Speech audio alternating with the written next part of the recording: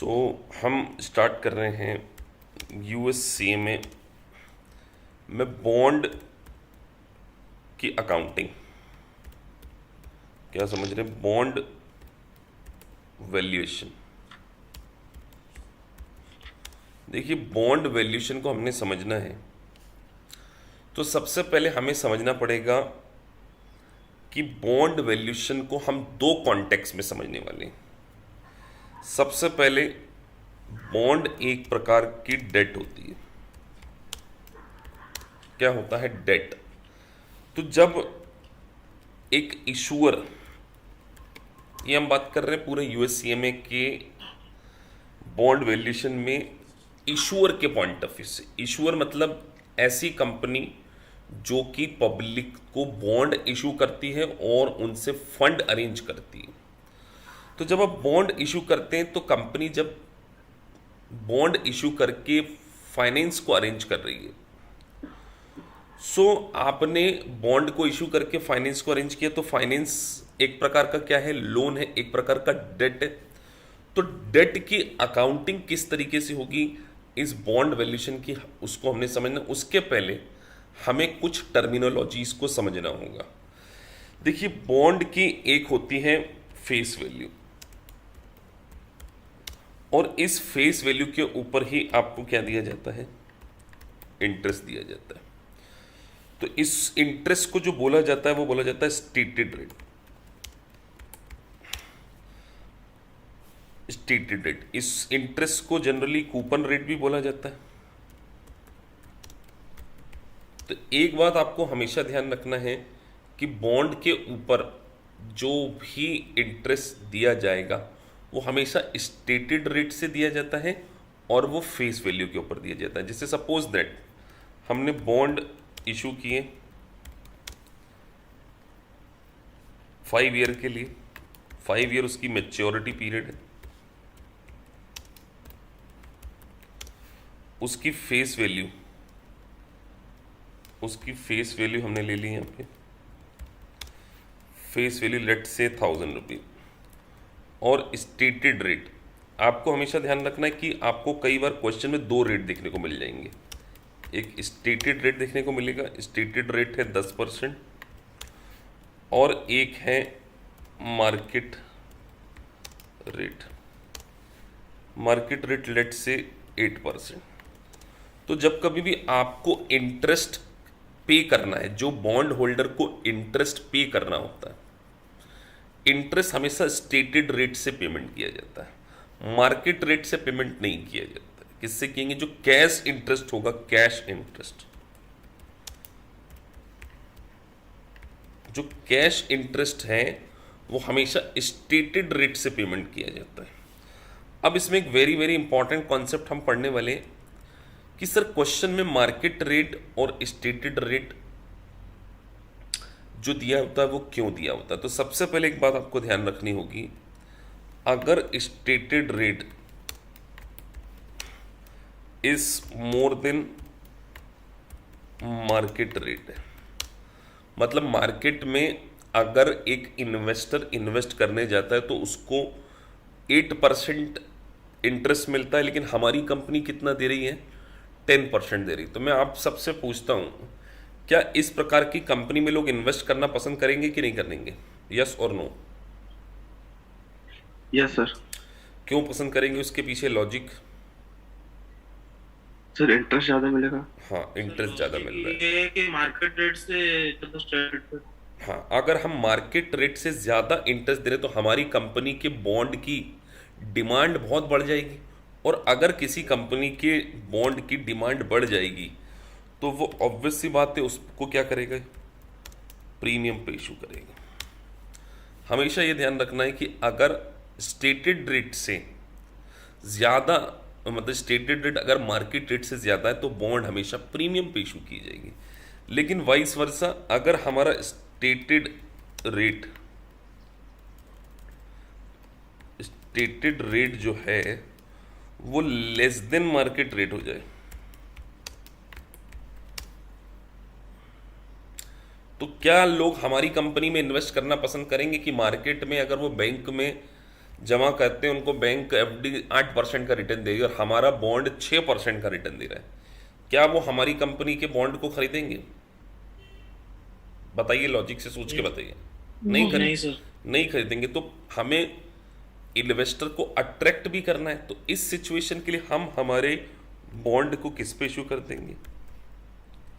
Discount पे। ठीक है सर, जब आपने कहा कि अगर stated rate is greater than market rate हो तो प्रीमियम पे इशू किया जाता है, और स्टेटेड रेट अगर ज़्यादा है तो यहाँ पर प्रीमियम पे और स्टेटेड रेट कम है तो डिस्काउंट पे। तो सर अब इसकी अकाउंटिंग कैसे करेंगे? तो अकाउंटिंग करने के लिए हमें दो बातों पे ध्यान रखना है कि जो भी बॉन्ड इशू किए जाते हैं उसकी जो इनिशियल रिकॉर्डिंग होती है in the books of issuer, तो मैं यहां आपको सारी जनरल एंट्री के थ्रू समझाने की कोशिश करूंगा कि हमें रिकॉर्डिंग किस तरीके से करना है। तो हम एग्जांपल बना लेते हैं। हमने बॉन्ड इशू किए, लेट से 1000 फेस वैल्यू है और नंबर ऑफ बॉन्ड, जो नंबर ऑफ बॉन्ड है लेट से वो भी हमने सिर्फ अंडरस्टैंडिंग के लिए 1000 बॉन्ड इशू किए। उसके बाद इंटरेस्ट रेट जो स्टेटेड है वो क्वेश्चन में आपको दिया है 12%, थोड़ा कम लेते हैं, 8% ले लेते हैं, 8%, और स्टेटेड रेट 8% है और मार्केट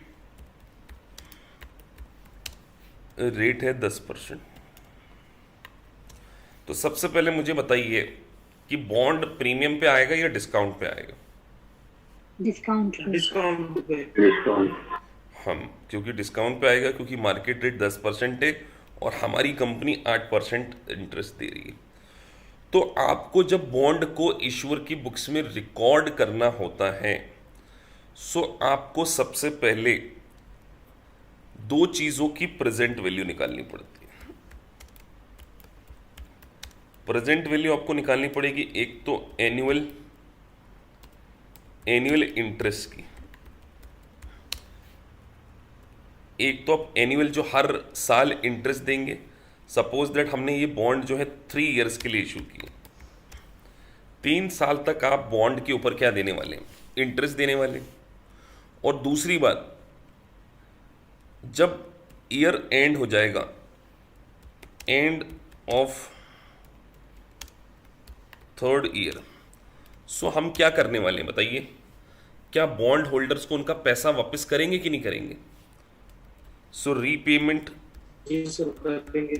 तो रीपेमेंट ऑफ बॉन्ड करना पड़ेगा हमें। सो चलिए सर, हमें रीपेमेंट करना है तो इनकी क्या करना है? हमें प्रेजेंट वैल्यू निकालना है। तो एक गोल्डन रूल बता रहा हूं कि प्रेजेंट वैल्यू मतलब डिस्काउंटिंग, डिस्काउंटिंग करना है। मैंने आपको डिस्काउंटिंग पूरी बता रखी है, मैंने लेक्चर भी ऑलरेडी ग्रुप पे एक बार पोस्ट कर रखा अपना टेलीग्राम चैनल पे कि किस तरीके से आपको प्रेजेंट वैल्यू का कैलकुलेशन करना होता है। तो आपको यहाँ पर ये ध्यान रखना है कि जब कभी भी आप डिस्काउंटिंग करने जाएंगे तो डिस्काउंटिंग हमेशा मार्केट रेट से की जाएगी। किससे की जाएगी? डिस्काउंटिंग कभी भी आप स्टेटेड रेट से मत कर देना। डिस्काउंटिंग किससे करना है? आपको मार्केट रेट से करना है। तो डिस्काउंटिंग कैसे करते हैं वो आप सभी को आता ही नहीं आता है? याद है नहीं? वैसे तो एग्जाम में प्रेजेंट वैल्यू दी होगी, बट फिर भी मैं एक बार वापस से समझा देता हूँ। पूरा डिटेल तो नहीं समझेंगे इस लेक्चर में क्योंकि हम ऑलरेडी उसको समझ चुके हैं। तो डिस्काउंटिंग हम समझते हैं, ये मैंने कैलकुलेटर ओपन कर लिया है।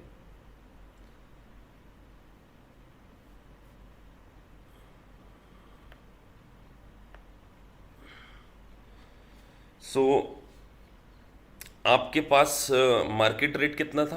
क्वेश्चन में हमने मार्केट रेट कितना लिया था? मार्केट रेट था 10%। सो सबसे पहले आपको एनुअल इंटरेस्ट कितना मिलेगा मुझे बताइए, एनुअल इंटरेस्ट कितना मिलेगा? सर 100 रुपये। एनुअल इंटरेस्ट 100 रुपये। सब्यसाची है, कंप्यूटर पे क्या चला रहे हैं आप? हमारे कंप्यूटर पर 1 2 3 एनुअल इंटरेस्ट कितना मिलेगा? तो sir annual interest market rate से नहीं मिलेगा, किससे मिलेगा? स्टेटेड रेट से। तो 8% हमें इंटरेस्ट मिलना है। सो सर हमने 1000 फेस वैल्यू के 1000 बॉन्ड इशू किए थे, तो हर साल इंटरेस्ट कितना मिलने वाला है? सो 1000 इंटू 1000 बॉन्ड, 1000 नंबर, 1000 रुपये का एक बॉन्ड था, उसके ऊपर इंटरेस्ट कितना? 8% हर साल मिलेगा। तो अगर देखा जाए तो मैं 80,000 अगर मैं यहाँ पे लिखूँ तो फर्स्ट ईयर, यहाँ सेकेंड ईयर, और ये हो गया आपका थर्ड ईयर। तो हर साल मुझे 80 हज़ार तो ये मिलने वाला है। 80,000 मुझे क्या मिलने वाला है? इंटरेस्ट मिलने वाला है।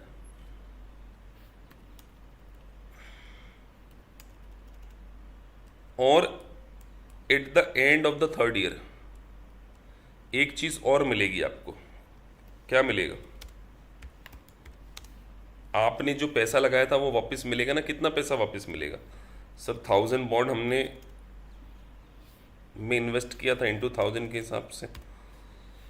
सो 10 लाख रुपीज आपका प्रिंसिपल पेमेंट भी वापस मिलेगा। बस इसकी हमें क्या निकालना है? यहाँ पे प्रेजेंट वैल्यू निकालना है, और इसी प्रेजेंट वैल्यू पर हम इशूअर की बुक्स में क्या करेंगे? बॉन्ड को रिकॉर्ड करेंगे। तो सर हर 3 साल की हम 10% से डिस्काउंट करके क्या निकाल लेते हैं? प्रेजेंट वैल्यू निकाल लेते हैं। तो प्रेजेंट वैल्यू का मैंने आपको ऑलरेडी फॉर्मूला बता रखा है, बस मैं यहाँ पे डायरेक्ट कैलकुलेट कर रहा हूँ। क्योंकि रेट है 10%, तो 1 डिवाइडेड बाई 1.10, ये पहले साल की प्रेजेंट वैल्यू आई 0.909, इसमें मल्टीप्लाई कर देंगे हम 80,000, तो ये आ गया 72,727 72,727 पहले साल ये आ गया। दूसरे साल फिर से ये ज़ीरो कर देते हैं 1। वैसे आपको एग्जाम में ये प्रेजेंट वैल्यू फैक्टर गिवन होगा,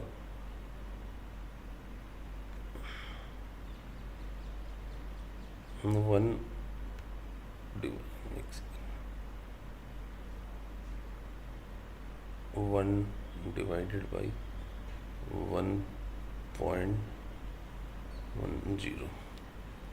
1 2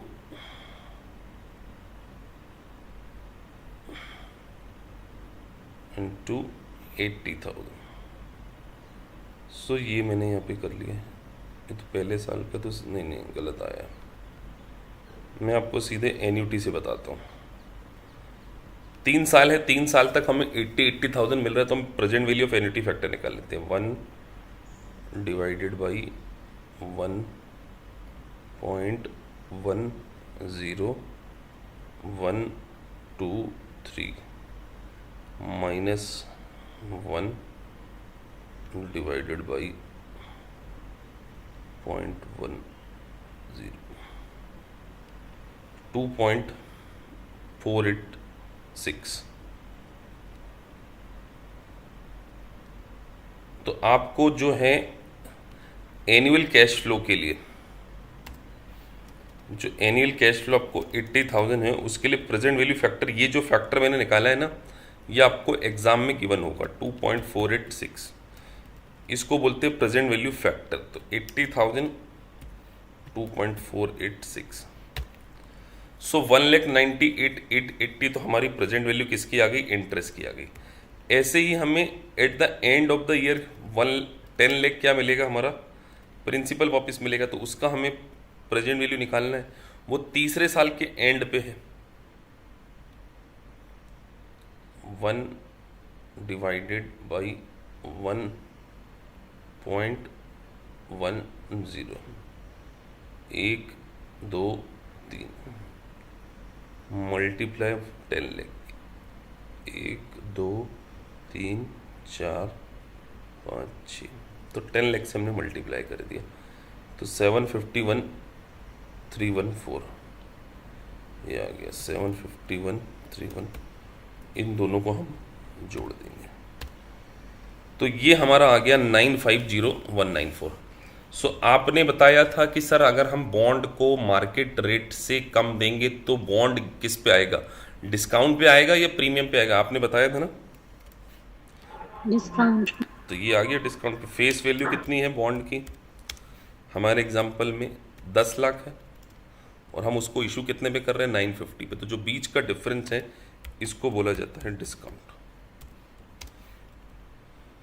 सो 10 लाख 3 4 5 6 माइनस 950,194, तो ये जो बीच हमने निकाला है 49,860, ये हमारा क्या होता है, डिस्काउंट कहलाता है। तो आपको एक बात ध्यान रखना है कि जब कभी भी बॉन्ड मार्केट रेट से कम इंटरेस्ट देंगे तो डिस्काउंट आएगा, और इस वैल्यू को जो हमने निकाला है इसको हम क्या बोलते हैं, कैरिंग अमाउंट ऑफ बॉन्ड। क्या बोलते हैं, कैरिंग अमाउंट। इसी वैल्यू पर हमें बुक्स में बॉन्ड की रिकॉर्डिंग करनी है। सो इसके लिए हमें क्या करना पड़ता है, बॉन्ड के अंदर जो भी पेमेंट दिए होते हैं उसकी प्रेजेंट वैल्यू निकालनी पड़ती है।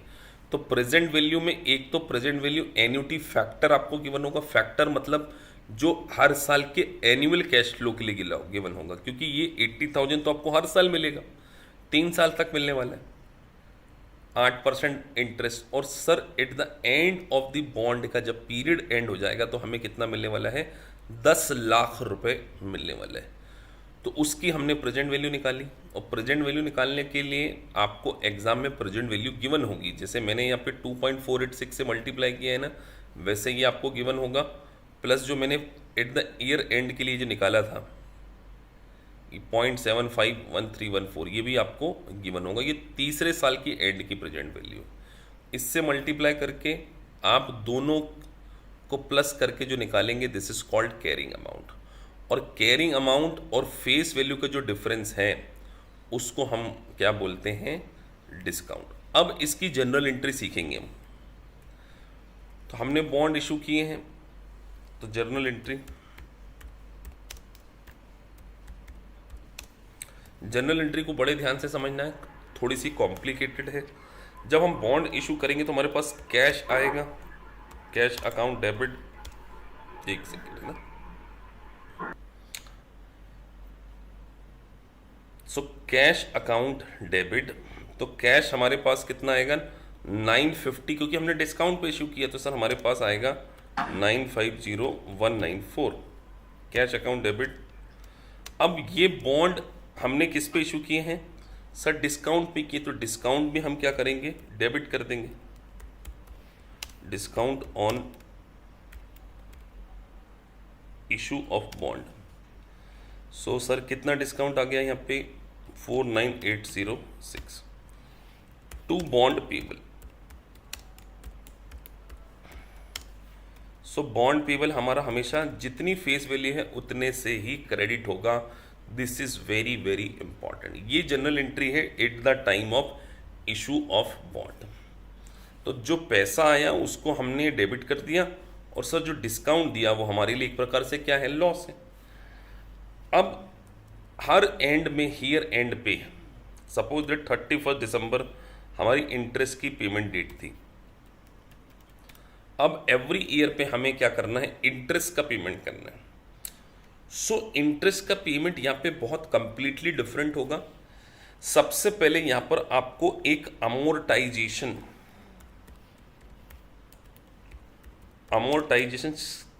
शेड्यूल बनाना पड़ेगा। तो सर अमोर्टाइजेशन शेड्यूल बनाते हैं, चलिए। तो इसके लिए हर साल के लिए आपको एक अमोर्टाइजेशन शेड्यूल बनाना है, तो मैं यहाँ पे बना रहा हूँ। सबसे पहले जो बॉन्ड की इशू प्राइस थी आपको यहाँ पे साइड में लिख लेना है, सर वो थी 950,194। अब यहाँ मैं ईयर का एक कॉलम बना रहा हूँ, ईयर, ये मैंने वाई से ईयर लिख लिया। 1 2 एंड 3। अब एक बात ध्यान रखें कि हर साल, हर महीने के, हर साल के एंड पर आप एक इंटरेस्ट का पेमेंट करने वाले हैं। सो इंटरेस्ट का पेमेंट तो हमेशा किस पे होता है? फेस वैल्यू पे। तो बॉन्ड की जो ये फेस वैल्यू है, हमारा इंटरेस्ट रेट कितना था, हमें इंटरेस्ट किस रेट से देना है, आप देख के बताइए, किससे देना इंटरेस्ट? 8% से। 10%. और हमने हर साल का 80,000 वैसे भी निकाला था। तो आपको यहाँ पे 80,000 इंटरेस्ट, 80,000 इंटरेस्ट और 80,000 इंटरेस्ट। ये जो इंटरेस्ट पे करते हैं ना, इसको हम बोलते हैं कैश इंटरेस्ट। क्या बोलते हैं? Cash interest. अब एक बहुत इंपॉर्टेंट बात ध्यान से समझना है, एक होता है इफेक्टिव इंटरेस्ट। इफेक्टिव इंटरेस्ट का मतलब होता है जो मार्केट रेट ऑफ इंटरेस्ट है ना, market rate of interest. Market rate of interest कितना था सर? 10% था। और जो हमने इशू किया था, जो जिस प्राइस पर हमने इशू किया, उसके ऊपर हमें मार्केट रेट अप्लाई करना है। तो सर हमने इशू कितने में किया था? 950 194, और मार्केट रेट था हमारा 10%। तो ये इफेक्टिव रेट के मैं ऊपर लिख दे रहा हूँ 10%, और ये इशू प्राइस थी। तो सबसे पहले इंटरेस्ट देंगे हम इसके ऊपर। तो देखिए मैं फॉर्मूला लगा रहा हूँ, 950194 इंटू 10 डिवाइडेड बाई 100। सो 95019 का क्या आ गया मेरा? पहले साल इंटरेस्ट आ गया। अब एक बात ध्यान रखें, हमने कैश में कितना पे किया है? 80,000, लेकिन हमारा इफेक्टिव इंटरेस्ट कितना है? 95019। तो इन दोनों के बीच का जो डिफरेंस होता है ना, इसको हम क्या करते हैं? अमोर्टाइजेशन करते हैं। क्या करते हैं? अभी मैं आपको जनरल एंट्री समझाऊंगा अमोर्टाइजेशन की, आप थोड़ा सा पेशेंस रखना। अमोर्टाइजेशन, सो अमोर्टाइजेशन करेंगे हमेशा इफेक्टिव इंटरेस्ट के बीच से। तो इफेक्टिव माइनस 80, तो अमोर्टाइजेशन हो जाएगा आपका 95019 माइनस 80,000। ये हो गया हमारा अमोर्टाइजेशन। इसके बाद, अमोर्टाइजेशन के बाद एक कॉलम और बनाना है, जो कि बॉन्ड की कैरिंग वैल्यू का बनेगा। तो बॉन्ड की कैरिंग वैल्यू पे आपको ध्यान रखना है कि इस डिस्काउंट को आप इस तरीके से अमोर्टाइज करेंगे कि ये जो वैल्यू है ना, एंड में जाकर 10 लाख के इक्वल हो जाएगी। अभी इन दोनों के बीच में डिफरेंस है। तो ये जो अमोर्टाइजेशन है ना, हर साल हमने क्या करना है? बॉन्ड की इशू प्राइस में क्या करना है? प्लस करते जाना है। तो देखिए मैं यहाँ पे इसको प्लस कर रहा हूँ। हमारी बॉन्ड की वैल्यू थी 950,194 प्लस 15019, ये हमने प्लस कर दिया। तो ये आ गया बॉन्ड की कैरिंग वैल्यू फर्स्ट ईयर के एंड में। फिर से हम आएंगे सेकंड ईयर में। सेकंड ईयर में सर हम क्या करेंगे? इंटरेस्ट लगाएंगे। अब इंटरेस्ट वापस से इस कैरिंग वैल्यू के ऊपर लगाया जाएगा। तो हम यहाँ लगा रहे हैं, और इंटरेस्ट कौन सा वाला? ये इफेक्टिव वाला कॉलम 10%। तो ये फिर से मैंने लगाया 965,213 इंटू कितना परसेंट? 10%। तो ये हो गया 10%, 10 इंटू 100, ये 96521 आ गया हमारा। और अब इन दोनों के बीच का डिफरेंस, सो 96521 माइनस 80,000, ये हो गया हमारा 16,521। वापिस से इसको हमने अमोटाइज करके इसमें प्लस कर देना। तो ध्यान रखिए 965,213 प्लस क्या करेंगे हम लोग? 16,521, ये प्लस हो गया। अब तीसरे साल में आएंगे। तीसरे साल में हम इस वैल्यू के ऊपर क्या लगाएंगे? इंटरेस्ट लगाएंगे। तो 981,734 इंटू 10 डिवाइडेड बाई 100, ये आ गया 98। अब इन दोनों के बीच का डिफरेंस 98173 माइनस 80,000, तो यहाँ हम अब इसमें क्या कर देंगे 981734 प्लस 18170, तो ये अप्रॉक्सीमेटली 10 लाख के आसपास आ गया। वो फ्रैक्शन में पॉइंट्स के कारण डिफरेंस आता है, तो इसको हम तो ऐसा लिख लेते हैं 10 लाख के आसपास। सो इस तरीके से आपको क्या करना पड़ता है, अमोर्टाइजेशन एक शेड्यूल बनाना पड़ता है। तो ये वाली जो एंट्री थी ना, ये एंट्री थी इनिशियल पर। अब आपको हर साल इंटरेस्ट पेमेंट की एंट्री करना है, तो जब साल के एंड में आप इंटरेस्ट की एंट्री करेंगे तो इसके लिए आपको इस शेड्यूल की क्या करने पड़ने वाली है, ज़रूरत पड़ने वाली है। तो यहाँ मैं जनरल एंट्री कर रहा हूँ। अब ध्यान रखिए, अब आपको इंटरेस्ट का पेमेंट करना है, तो इंटरेस्ट के दो पेमेंट होंगे यहाँ पर, interest on bond account debit. तो सबसे पहले जो आपने एक्चुअल में कैश इंटरेस्ट पेमेंट किया था उसको क्या कर दो, डेबिट कर दो। तो यहाँ मैं डेबिट कर रहा हूँ 80,000। और हर साल जो डिस्काउंट आप क्या कर रहे थे, अमोर्टाइज कर रहे थे, तो जब बॉन्ड को हमने इशू करते समय डेबिट किया था और अमोर्टाइज करते समय हम उसको क्या कर देंगे, क्रेडिट कर देंगे। टू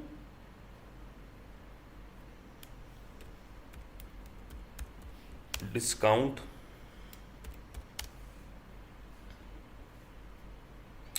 तो यहां पे हमें एक बात ध्यान रखना है कि जब आप बॉन्ड को अमोर्टाइज करते हैं, सो ध्यान रखिए यहां पर हमने क्या किया था, इसको प्लस किया था।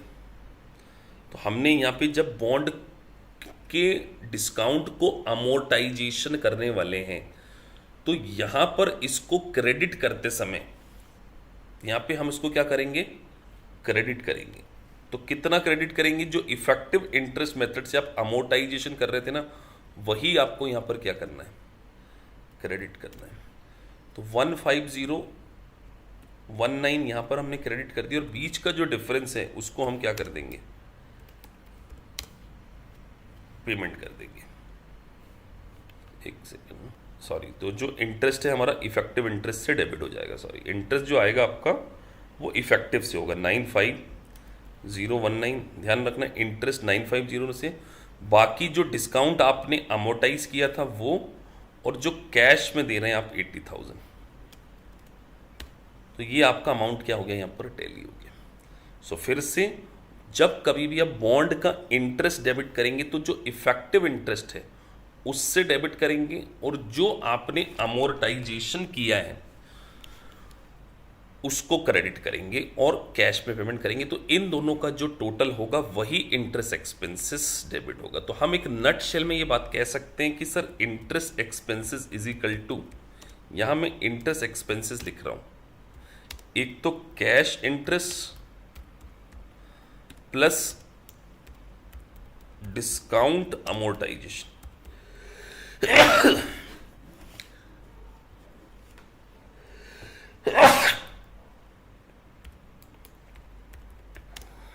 इस तरीके से आपको क्या करना पड़ेगा, इंटरेस्ट एक्सपेंसेस को रिकॉर्ड करना होगा। सो कैश में हम कितना पे कर रहे थे सर, 80,000, और जितना आपने अमोर्टाइज किया वो। तो इस तरीके से इंटरेस्ट का एक्सपेंसेस निकले। अब किसी के मन में भी कोई डाउट है तो वो मुझसे पूछ सकते हैं। मैं एक बार स्टॉप कर रहा हूं ताकि आपके डाउट्स में ले सकूं। चलिए, एक मिनट। सो हमने यहां पर बॉन्ड के अमोर्टाइजेशन को समझा कि किस तरीके से। तो एक बात आपको ध्यान रखनी है कि जब कभी भी टोटल इंटरेस्ट एक्सपेंसेस के रिस्पेक्ट में हम बात करेंगे तो एक आ जाएगा आपका cash interest plus discount amortisation. उसी तरीके से एक बात आपको और ध्यान रखनी है, प्रीमियम को भी अमोर्टाइजेशन किया जाता है, बस प्रीमियम को जो कैश इंटरेस्ट आप पे करेंगे ना उसमें से प्रीमियम अमोर्टाइजेशन को माइनस किया जाता है।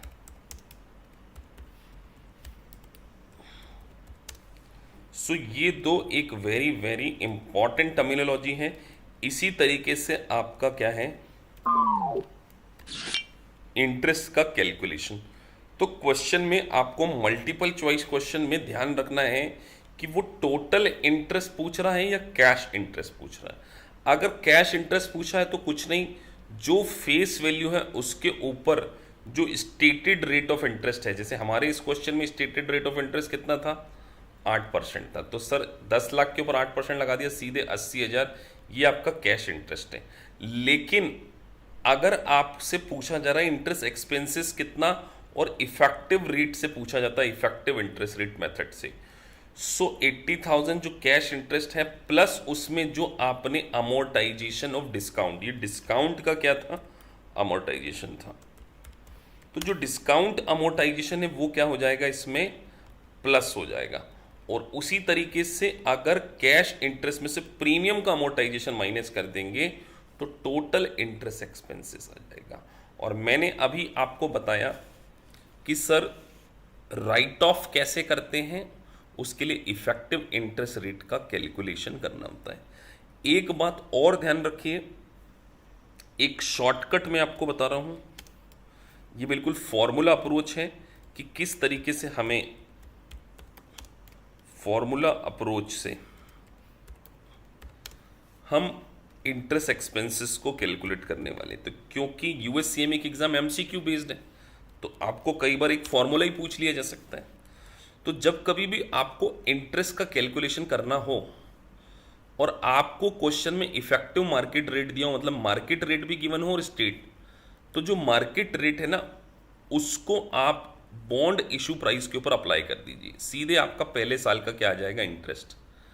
तो देखिए हमने बॉन्ड को कितने में इशू किया था, 950194, इसके ऊपर अगर हम 10% लगा दें तो ये एक फॉर्मूला बता रहा हूं, बॉन्ड कैरिंग वैल्यू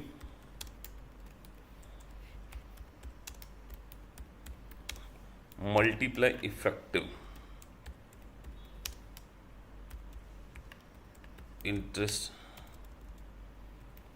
रेट, ये सीधा इसके ऊपर लगा दिया जाए तो भी आपका इंटरेस्ट एक्सपेंसेस निकल आता है। सर एग्जांपल से देखें, बिल्कुल आप देखिए, इफेक्टिव इंटरेस्ट ये हमारा 950194 था ना, ये देखो हमने जनरल एंट्री पास की थी, ये 95109,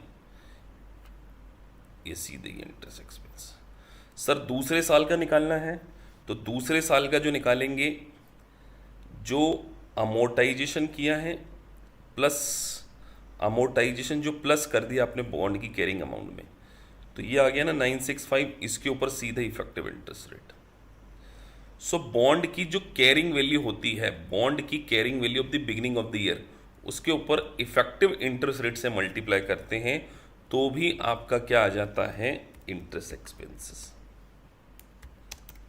दोनों तरीके आप यूज कर सकते हैं, बुक्स में दोनों तरीके आपको गिवन है, चॉइस आपकी है कि आपको कैश इंटरेस्ट निकाल के उसमें डिस्काउंट अमोर्टाइजेशन प्लस करना है या बॉन्ड की बिगिनिंग। ये मैंने जो बॉन्ड की वैल्यू लिखी है ये बिगिनिंग ऑफ द ईयर है, बिगिनिंग ऑफ द ईयर में जो भी कैरिंग वैल्यू होगी उसमें हम लोग क्या करेंगे, इफेक्टिव इंटरेस्ट रेट को अप्लाई करेंगे, तो सीधे सीधे आपका क्या निकल आएगा, इंटरेस्ट एक्सपेंसेस यहां पर निकल आएगा।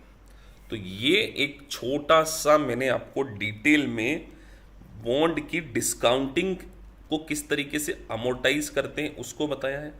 अगला एग्जाम्पल इसी क्वेश्चन में मैं प्रीमियम का लेने जा रहा हूं ताकि आपका एक रिवीजन भी हो जाएगा। मैं प्रीमियम का अगर मान के चलिए बॉन्ड को यहां मैं लिख रहा हूं, इफ बॉन्ड एग्जाम्पल नंबर 2, ताकि प्रीमियम भी आपको समझ में, एग्जाम्पल नंबर 2, इफ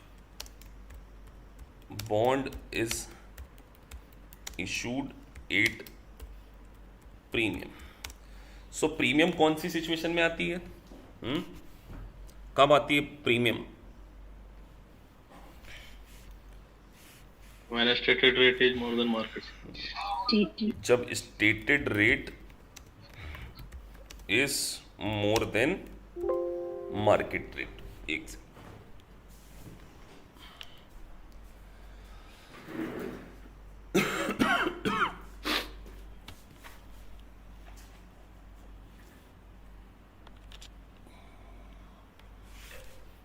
तो सर जब स्टेटेड रेट मार्केट रेट से क्या होता है, ज़्यादा होता है, तो प्रीमियम आती है।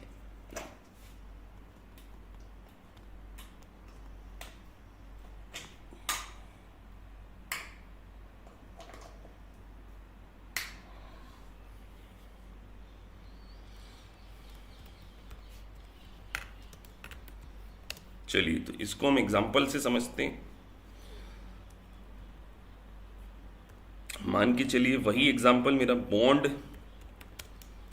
की फेस वैल्यू 1000 लिख रहा हूं मैं। ये नंबर ऑफ बॉन्ड्स मतलब कितनी क्वांटम में हम इशू कर रहे हैं, कितनी संख्या में, वो भी मैंने 1000 ले ली। अब यहां पर मैं स्टेटेड रेट लिख रहा हूं। स्टेटेड रेट यहां पर 10% ले लिया मैंने, और मार्केट रेट ऑब्वियसली बात है इससे ज्यादा लेना पड़ेगा या कम लेना पड़ेगा? कम। तो मार्केट डिस्काउंट किससे करेंगे, स्टेटेड से कि मार्केट रेट से? स्टेटेड से। तो अब हमें डिस्काउंटिंग करना है, मतलब प्रेजेंट वैल्यू निकालना है। तो प्रेजेंट वैल्यू दो चीजों की निकलेगी, एक तो निकलेगी एन्युटी, वो 1 to 3 ईयर के लिए निकलेगी, और एक निकलेगी end of the 3rd year. आपको एग्जाम में गिवन होगी, सिर्फ मैं निकालने का तरीका बता रहा हूं। आपको एन्युटी फैक्टर गिवन होता है और वो मैक्सिमम टाइम 1 से ज्यादा होगा। देखना यहां पे भी 1 से ज्यादा निकलेगा, और एंड ऑफ द ईयर में भी मैं एक प्रेजेंट वैल्यू निकालूंगा। तो यहां पे मैं डिस्काउंटिंग के लिए कौन सा रेट ले रहा हूं, 8%। तो यहां मैं ना एक एन्युटी का फॉर्मूला भी लिख देता हूं। एन्युटी का जो फॉर्मूला होता है वो मैं लिख रहा हूं। एन्युटी हमेशा एनुअल कैश फ्लो, जब कैश फ्लो एक जैसे हो। तो मुझे हर साल इंटरेस्ट कितना मिलना है, यहाँ पे ये निकाल लेता हूं। सर 1000 बॉन्ड थे, 1000 ही इशू किए, और इंटरेस्ट रेट कितना है, स्टेटेड 10%। तो हर साल 1 लाख रुपए मिलेगा, और end of the year bond मुझे 10 लाख रुपए वापस मिल जाएंगे। तो इसके लिए एन्युटी फॉर्मूला में लिख रहा हूं।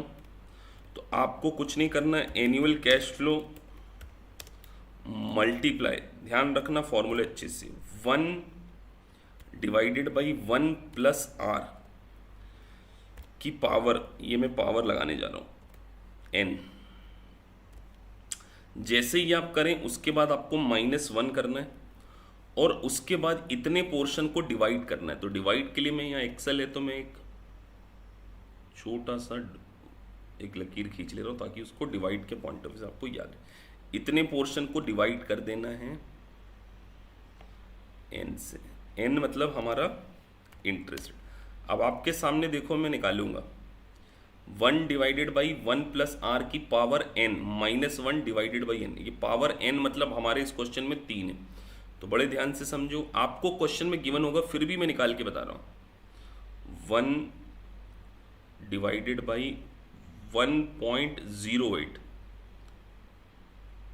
ये 08 क्यों सर, ये आर हमारे में 8% था। कितनी बार इक्वल टू दबाएं, 3 बार, 1 2 3। उसके बाद क्या है सर, -1।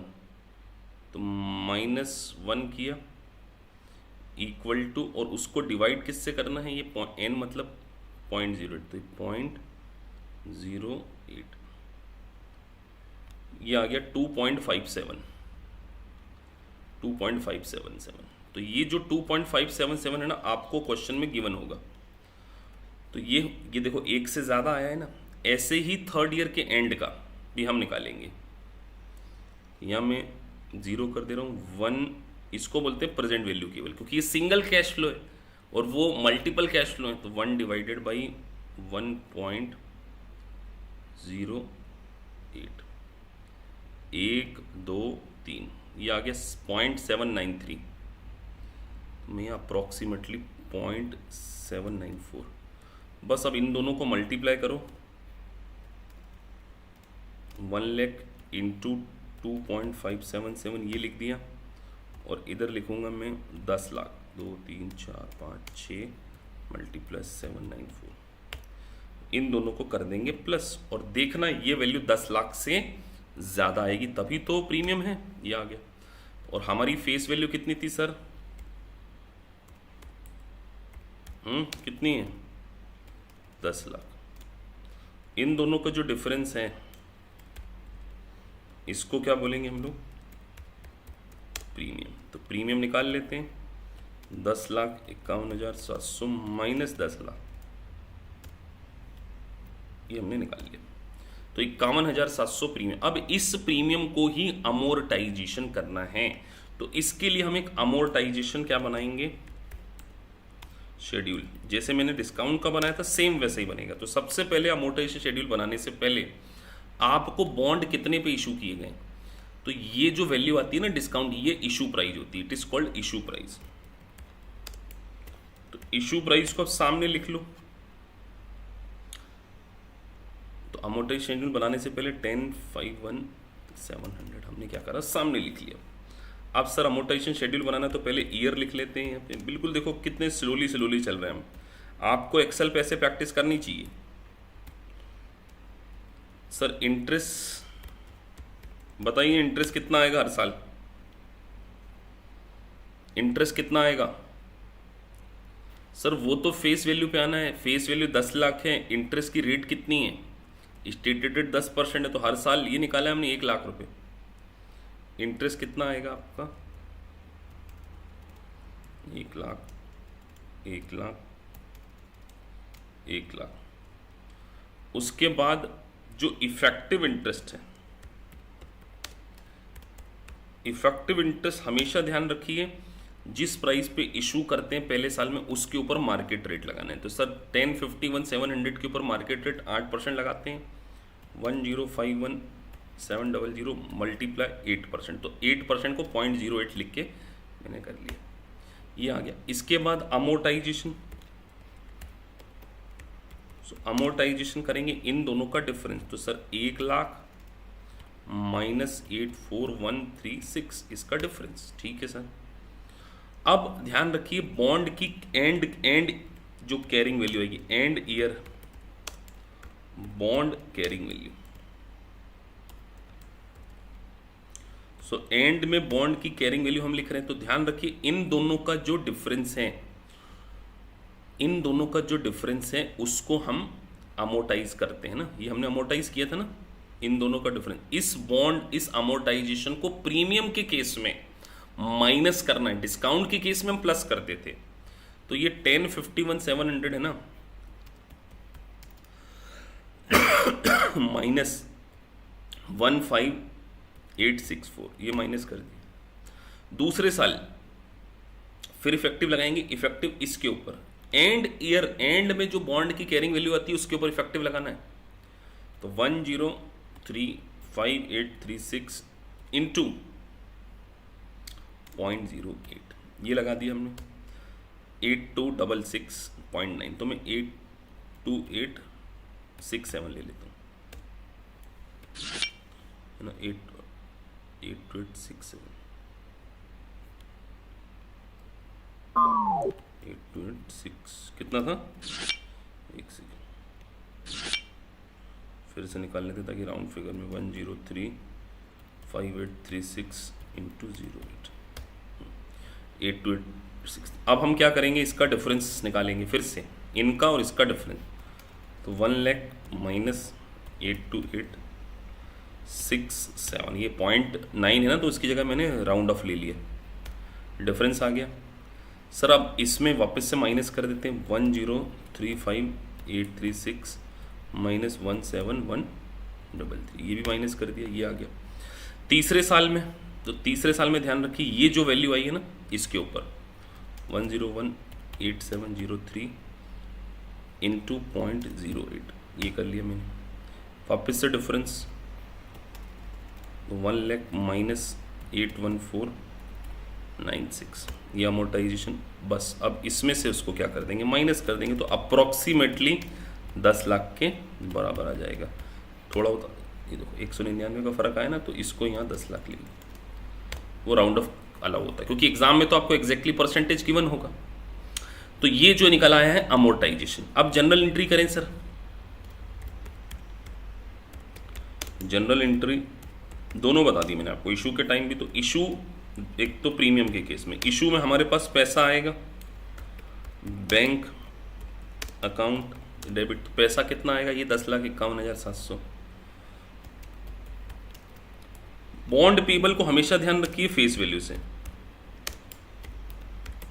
बॉन्ड पेबल जब आप एमसीक्यू करेंगे तो ये छोटी छोटी बातें ध्यान रखना कि बॉन्ड पेबल हमेशा फेस वैल्यू से, 1 2 3 4 5 6।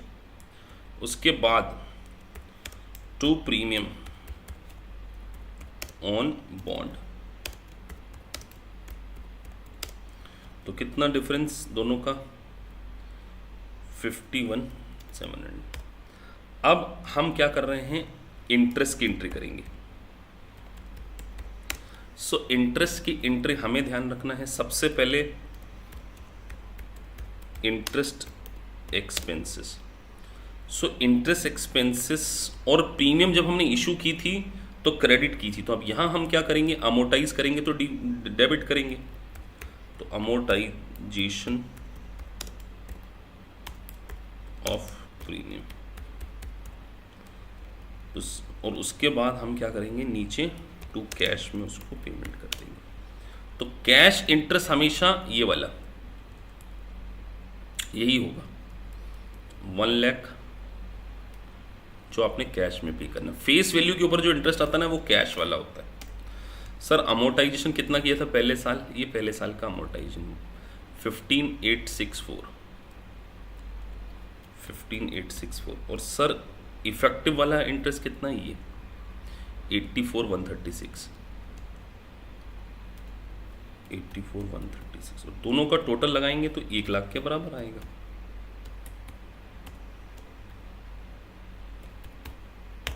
ये देखिए बराबर आता है।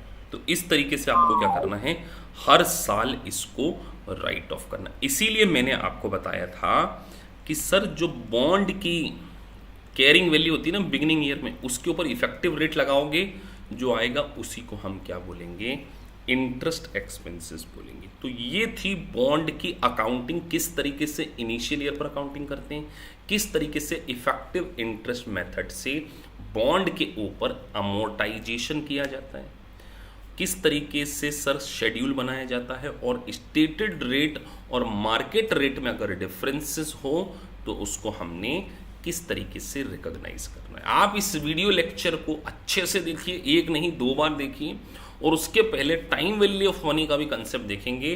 तो आपको ये बात ध्यान रखना है कि ये दोनों चीज़ें जो डिस्काउंटिंग फैक्टर है आपको एग्जाम में गिवन होगा, बस आपको मल्टीप्लाई करना होगा और उससे आप कैश फ्लो तो निकाल लेंगे, लेकिन अमोर्टाइजेशन करने के लिए आपको शेड्यूल बनाना पड़ेगा। ये छोटा सा शेड्यूल बनाना पड़ेगा, तभी जैसे हमने ये 3 साल का बनाया, अगर 5 साल का होगा तो 5 साल का बनाएंगे। इस तरीके से इफेक्टिव इंटरेस्ट और कैश इंटरेस्ट के बीच का जो डिफरेंस होता है उसको अमोर्टाइजेशन ऑफ डिस्काउंट या अमोर्टाइजेशन ऑफ प्रीमियम बोलते हैं। तो डिस्काउंट और अमोर्टाइजेशन, डिस्काउंट और प्रीमियम का क्या इम्पैक्ट होता है, इस पर्टिकुलर लेक्चर में हमने इसको डिस्कस किया। So thank you very much.